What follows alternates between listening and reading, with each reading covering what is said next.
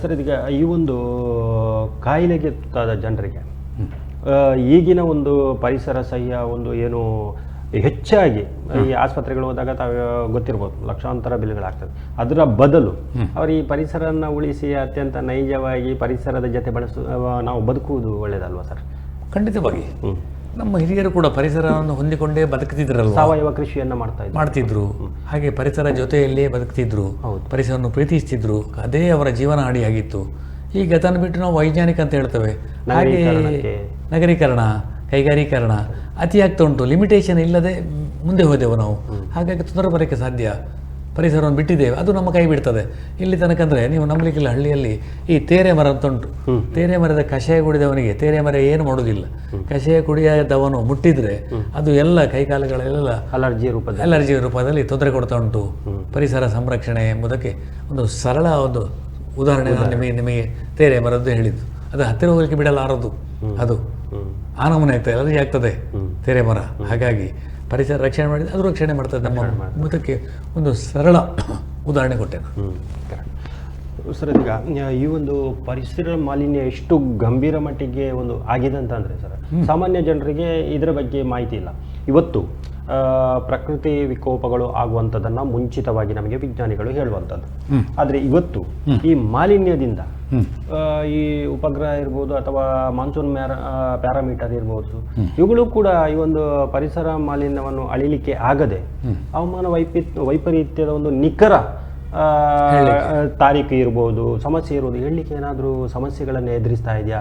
ತಾವು ಕಂಡುಕೊಂಡ ಪ್ರಕಾರ ಹೇಗೆ ಅಂತ ಅನಿಸ್ತದೆ ಸರ್ ನಿಮಗೆ? ಖಂಡಿತವಾಗಿ ಇದು ಸಮಸ್ಯೆ ಕಾರಣ ಆಗಿದೆ.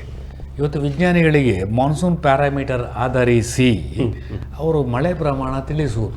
ಇವತ್ತು ಮಾಸ್ ಮೀಡಿಯಾದಲ್ಲಿ ಬರ್ತದೆ, ಇವತ್ತು ಮಳೆ ಬರ್ತದೆ, ಮುಂದಿನ 2 ದಿನಗಳಲ್ಲಿ ಕರಾವಳಿ ತೀರದಲ್ಲಿ ವಿಪರೀತ ಮಳೆ ಗಾಳಿ ಬೀಸ್ತದೆ ಹೇಳ್ತಾರೆ. ಆದರೆ ಅವತ್ತು ಮಳೆ ಬರೋದಿಲ್ಲ. ಮಳೆ ಬರೋದಿಲ್ಲ, ಅವತ್ತು ಮಳೆ ಬರ್ತದೆ. ಇಂಥ ವ್ಯತ್ಯಾಸಗಳು ನಮ್ಮ ಒಬ್ಬ ಮಿತ್ರರಿದ್ದಾರೆ ಹವಾಮಾನ ಇಲಾಖೆಯಲ್ಲಿ, ಅವರೇ ಹೇಳ್ತಾರೆ ಈ ಪರಿಸರ ನಾಶದಿಂದ ಪ್ಯಾರಾಮೀಟರ್ ಕೂಡ ಅದು ಸರಿಯಾದ ನಿಖರ ಮಾಹಿತಿ ಹೇಳಲಿಕ್ಕೆ ಆಗುವುದಿಲ್ಲ ಸರ್. ಹಾಗಾಗಿ ನಾವು ಅನಿವಾರ್ಯವಾಗಿ ಈಗ ಹೇಳಬೇಕಾಗ್ತದೆ. ನಾವು ಹೇಳಿದಾಗೆ ಆಗುವುದಿಲ್ಲ ಎಂಬುದಕ್ಕೆ ಈ ಪರಿಸರ ನಾಶ ಒಂದು ಕಾರಣ ಆಗ್ತದೆ ನಮಗೆ ಅಂತ ಒಂದು ಬೇಸರದಲ್ಲಿ ಹೇಳಿದದ್ದು ಮಾತನ್ನು 100% ಸರಿ ಅಂತ ನಾನು ಹೇಳ್ತೇನೆ ಸರ್. ಈಗ ಇನ್ನೊಂದು ವಿಚಾರ, ಇವತ್ತು ನಾನು ಹೇಳಿದೆ ಜೂನು ತಿಂಗಳಲ್ಲಿ ಎಲ್ಲ ಕಡೆ ಪರಿಸರವನ್ನು ರಕ್ಷಿಸುವಂಥ ವಿಶ್ವದಲ್ಲೇ ಕೆಲಸ ಆಗ್ತದೆ. ಇದರಲ್ಲಿ ಒಂದು ಮುಖ್ಯವಾಗಿ ನಾವು ಗಿಡ ನೆಡುವ ಅಭಿಯಾನವನ್ನು ಗ್ರಾಮ ಮಟ್ಟದಿಂದ ಹಿಡಿದು ಸರ್ಕಾರ ಮಟ್ಟದವರೆಗೆ ನಮ್ಮ ರಾಜ್ಯ ದೆಹಲಿಯವರೆಗೆ ರಾಜಧಾನಿಯವರೆಗೆ ಕಾಣ್ತೇವೆ. ಆದರೆ ಇದನ್ನು ಪ್ರಯೋಜನಕಾರಿಯಾಗಿ ಹೇಗೆ ಮಾಡಬೇಕು ಅಂತ ಎಲ್ಲ ಕಡೆ ಒಂದು ದಿನ ಒಂದು ಮಾಡುವಂಥದ್ದು ಅಥವಾ ಅದನ್ನು ನೆಟ್ಟು ಬೆಳೆಸುವವರಿಗೆ ಅದು ನಮ್ಮ ಕರ್ತವ್ಯ ಹೇಗೆ, ಜನರ ಕರ್ತವ್ಯ ಹೇಗೆ ಅಂತ. ಪರಿಸರ ರಕ್ಷಣೆ ಮಾಡುವಲ್ಲಿ ನೀವು ಹೇಳಿದೆ ವನ ಮಹೋತ್ಸವ ಜೂನ್ ತಿಂಗಳಲ್ಲಿ ಒಂದು ತಿಂಗಳ ಪೂರ್ತಿಯಾಗಿ ಎಲ್ಲ ಕಡೆ ಎಲ್ಲ ಮಾಡ್ತೇವೆ.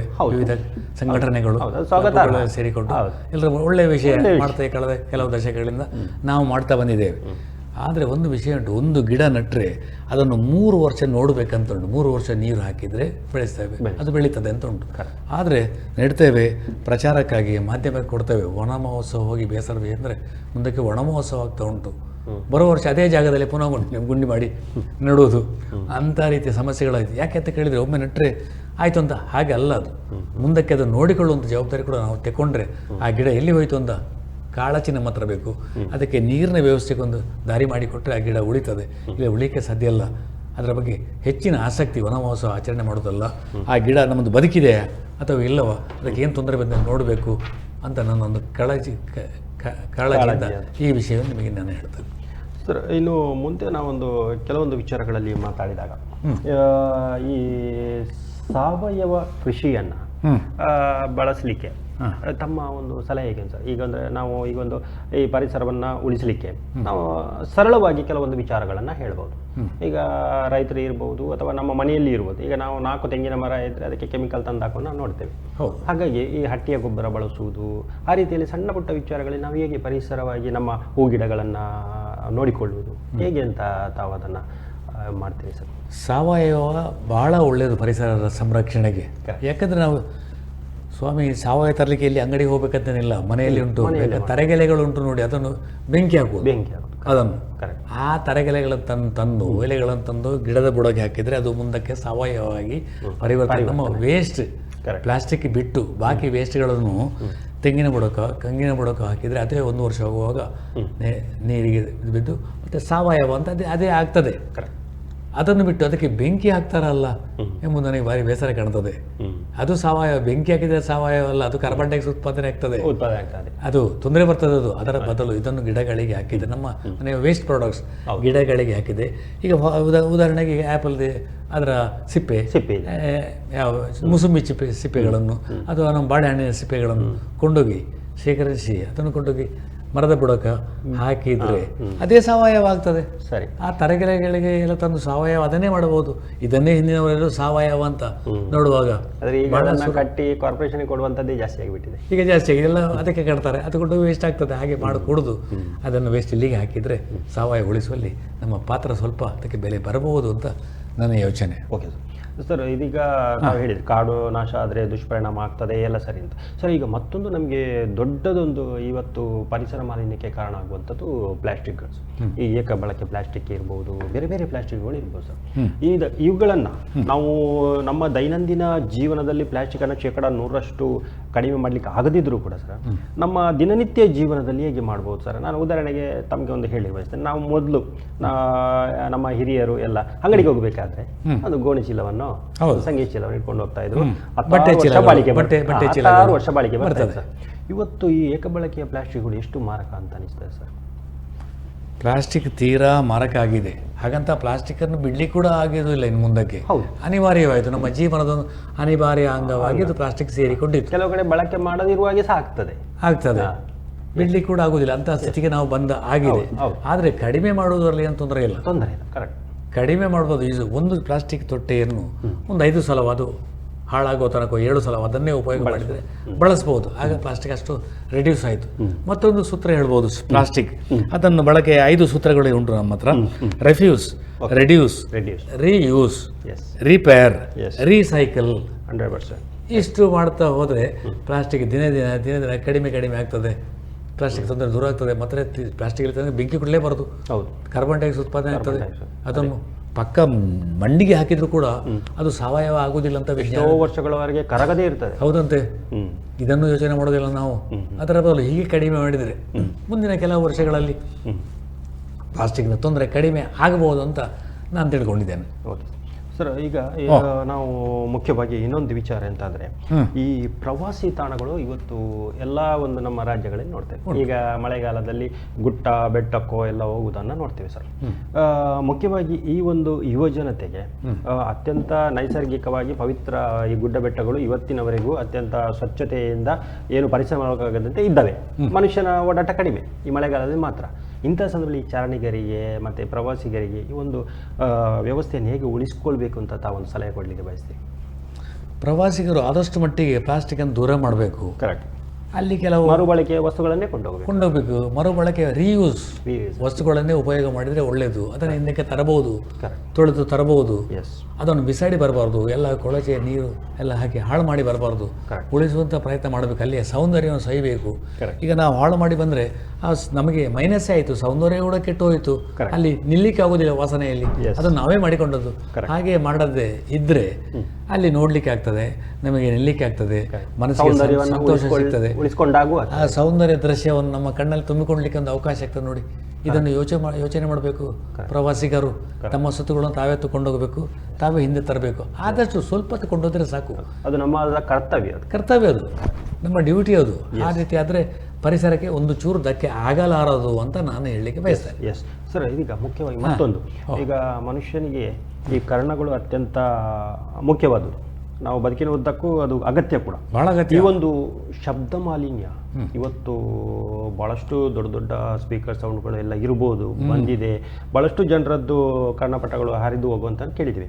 ಈ ನಮ್ಮ ಶಬ್ದ ಮಾಲಿನ್ಯ ಎಷ್ಟು ನಮ್ಮ ಮನುಷ್ಯನಿಗೆ, ಪ್ರಾಣಿಗಳಿಗೆ, ಪಕ್ಷಿಗಳಿಗೆ ಅಪಾಯಕಾರಿ ಅಂತ, ಮತ್ತು ಯಾವ್ಯಾವ ಪಕ್ಷಿಗಳೆಲ್ಲ ಈ ಒಂದು ಶಬ್ದ ಮಾಲಿನ್ಯದಿಂದ ಕಣ್ಮರೆ ಆಗ್ತಾ ಇದೆ ಅಂತ ಸರ್, ಇದೊಂದು ಗಂಭೀರ ವಿಚಾರ ಅಂತ ಅನಿಸ್ತದೆ. ಖಂಡಿತವಾಗಿ ಅದು ಶಬ್ದ ಮಾಲಿನ್ಯ ಎಂಬುದು ತೀರಾ ಅಪಾಯಕಾರಿ. ಇದನ್ನು ನಾವು ಆಲೋಚನೆ ಮಾಡೋದಿಲ್ಲ. ಈ ಮಕ್ಕಳೆಲ್ಲ DJ ಸೌಂಡ್ಸ್ ಹತ್ತಿರ ಹೋಗ್ತಾರೆ, ಅದು ಕಿವಿಗೆ ತೀರಾ ಅಪಾಯಕಾರಿ. ಅವತ್ತು ಅಲ್ಲದಿದ್ದರೂ ಆಫ್ಟರ್ 50 ಇಯರ್ಸ್ 50 ವರ್ಷಗಳ ನಂತರ ಕಿವುಡುತನಕ್ಕೆ ನಾವು ಒಳಗಾಗಬಹುದು. ಮಾತ್ರ ಅಲ್ಲ, ಈ ಜೋರಾಗಿ ಪಟಾಕಿ ಸೇರಿಸುವ ಶಬ್ದಗಳು.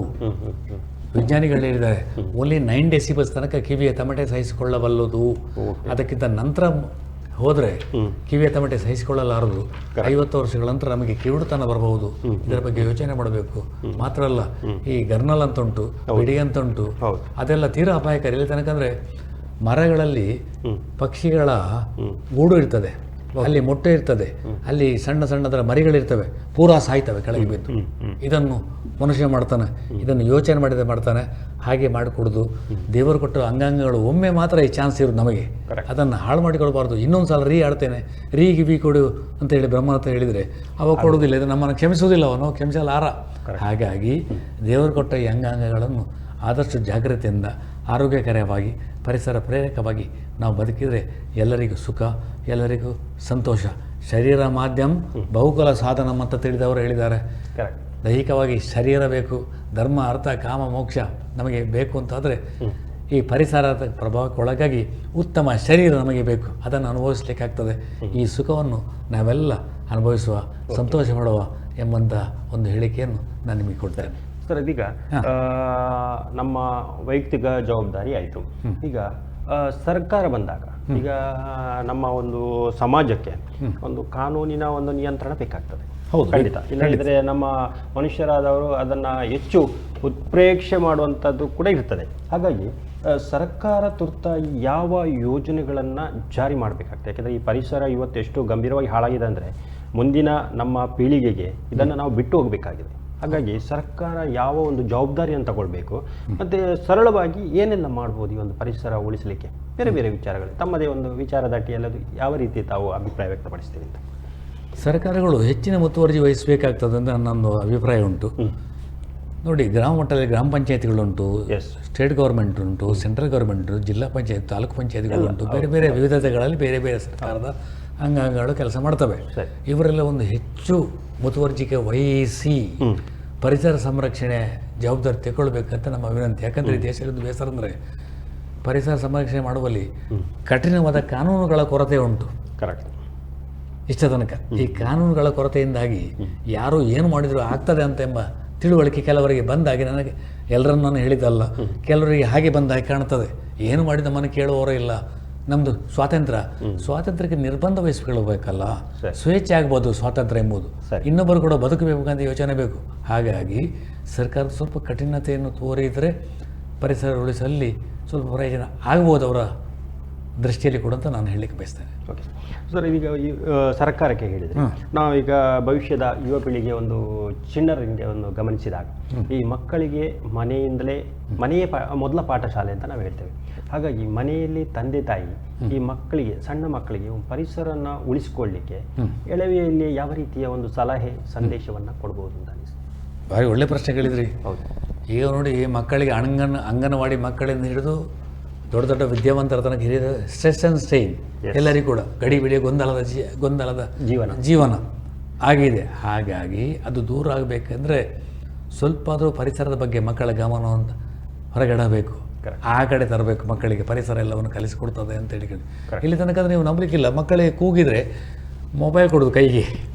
ನಂಬಲಿಕ್ಕಿಲ್ಲ. ಅದರ ಬದಲು ಮರ ಗಿಡ ಪಕ್ಷಿಗಳು, ಹೊರಗೆ ನದಿ ಉಂಟು, ನಾಯಿಗಳಿರ್ತವೆ, ಕೋಳಿಗಳಿರ್ತವೆ. ಅದನ್ನು ತೋರಿಸೋದು ಬಿಟ್ಟು ಮೊಬೈಲ್ ಕೈ ಕೊಟ್ಟು ಅದನ್ನು ಆನ್ ಮಾಡಿಕೊಂಡು ಅದು ಕೂಗು ನಿಲ್ಲಿಸ್ಬೇಕಂತ ಹೇಳಿ ವಿಜ್ಞಾನ ತಪ್ಪು ದಾರಿ ಹೇಳಿಕೊಂಡು ಹೋಗ್ತೇವೆ ನಾವು. ಈ ಪ್ರೀತಿ, ವಾತ್ಸಲ್ಯ, ಕರುಣೆ ಎಂಬುದು ಪರಿಸರ ಕೊಡೋದು ವಿನಃ ಮೊಬೈಲ್ ಯಾವ ಕಾಲಕ್ಕೂ ಕೊಡಲಾರದು, ಯಾವ ಕಾಲ ಕೊಡಬಾರದು. ಅಲ್ಲಿಯ ತನಕ ನಾವು ಮುಂದೆ ಹೋಗಿದ್ದೇವೆ ಎಂಬುದು ಇದಕ್ಕೆ ಈ ಪ್ರಶ್ನೆಗೆ ಉತ್ತರ ಭಾರಿ ಕಷ್ಟ ಹೇಳಲಿಕ್ಕೆ. ಮಕ್ಕಳಿಗೆ ಈ ಗಿಡಗಳನ್ನು ಪ್ರೀತಿಸುವ ಕಲೆಯನ್ನು ಕಲಿಸಬೇಕಾಗ್ತದೆ. ಒಂದು ಹೂ ತೋರಿಸ್ಬೇಕು. ಹತ್ತಿರಲ್ಲಿ ಹೂ ಉಂಟು, ಹೌದು, ತೋರಿಸ್ಬಹುದು. ಹೌದು. ಎಲ್ಲಿಯಾದರೂ ದೊಡ್ಡವರು ಹೂ ಗಿಡಗಳು ನೆಡುವಾಗ ಮಗುವನ್ನು ಕರ್ಕೊಂಡು ಹೋಗುದು, ಪ್ರಶ್ನೆ ಮಾಡ್ತವೆ, ಹೇಗೆ ನೆಡ್ತೀರಿ ಏನು ಅಂತ. ಮುಂದಿನ ದಿನಗಳೇ ಅವುಗಳಿಗೆ ಒಂದು ಮಾರ್ಗದರ್ಶನ ಆಗ್ಬೋದು. ಈ ಇದರಲ್ಲಿ ಹೂಗಳ ಮೇಲೆ ದುಂಬಿಗಳು ಹಾರಾಡ್ತವೆ. ಕರೆಕ್ಟ್. ಅದನ್ನು ತೋರಿಸ್ಬೋದು, ಅದು ಯಾಕೆ ಹರಡೋದು ಅಂತ. ಕರೆಕ್ಟ್. ಅದನ್ನು ತೋರಿಸ್ಬೋದು. ಅದು ಎಳವೆಯಲ್ಲೇ ಕೊಡುವಂಥ ಜ್ಞಾನ ಮಕ್ಕಳಲ್ಲಿ ಬಹು ದೀರ್ಘದವರೆಗೆ ಉಳಿತದೆ ಅನ್ನತಕ್ಕಂಥ ಮಾತಿದೆ. ಅದೇ. ಹಾಗಾಗಿ ನಿಮ್ಮ ಪ್ರಶ್ನೆಗೆ ಒಂದು ಒಳ್ಳೆಯ ಉತ್ತರ ಬಂತು. ಹೌದು. ಡಾಕ್ಟರ್ ಶಿವರಾಮ್ ಕಾರಂತರು, ಕೋಟ ಶಿವರಾಮ್ ಕಾರಂತ ಅವರು ನೇಚರಿಂದ ಆಡಿದವರು. 8 ಡಾಕ್ಟರೇಟ್ ಪ್ರಶಸ್ತಿ ಕಡಾಲತಡಿ ಹೊರಗ ಹೆಸರು ಗಳಿಸಿದ್ದಾರೆ. ಅವರು ಪ್ರಕೃತಿ ಪೂಜ್ಯರಾಗಿದ್ದರು ಬಾಲ್ಯದಲ್ಲೇ, ಪ್ರಕೃತಿಯಲ್ಲಿ. ಹಾಗಾಗಿ ಅಷ್ಟು ದೊಡ್ಡ ಹೆಸರು ಗಳಿಸ್ಲಿಕ್ಕೆ ಆಯಿತು ಅಂತ ನಾನು ಹೇಳಲಿಕ್ಕೆ ಬಯಸ. ಅವ್ರ ನನಗೆ ಪಕ್ಕ ಆಯಿತು. ಯಾಕಂದರೆ ತಂದೆ ಶಾಲೆಗೆ ಹಾಕಿದ್ದು, ಆದರೆ ಇವರು ಪರಿಸರದಲ್ಲಿ ಆಡುವುದು, ನದಿಯಲ್ಲಿಯ, ನೀರಿನಲ್ಲಿಯ, ಅರಬ್ಬಿ ಸಮುದ್ರದಲ್ಲಿಯ, ಮರ ಗಿಡಗಳು ನೋಡೋದು, ಪ್ರಾಣಿ ಪಕ್ಷಿಗಳು ನೋಡೋದು, ಹಾಗೇ ಮೇಲೆ ಬಂದದ್ದು ಎಂಬುದಕ್ಕೆ ಶಿವರಾಮ್ ಕಾರಂತರ ಒಬ್ಬರ ಜೀವನ ನಮಗೆ ಧಾರಾಳ ಸಾಕು ಈ ಊರಿನಲ್ಲಿ.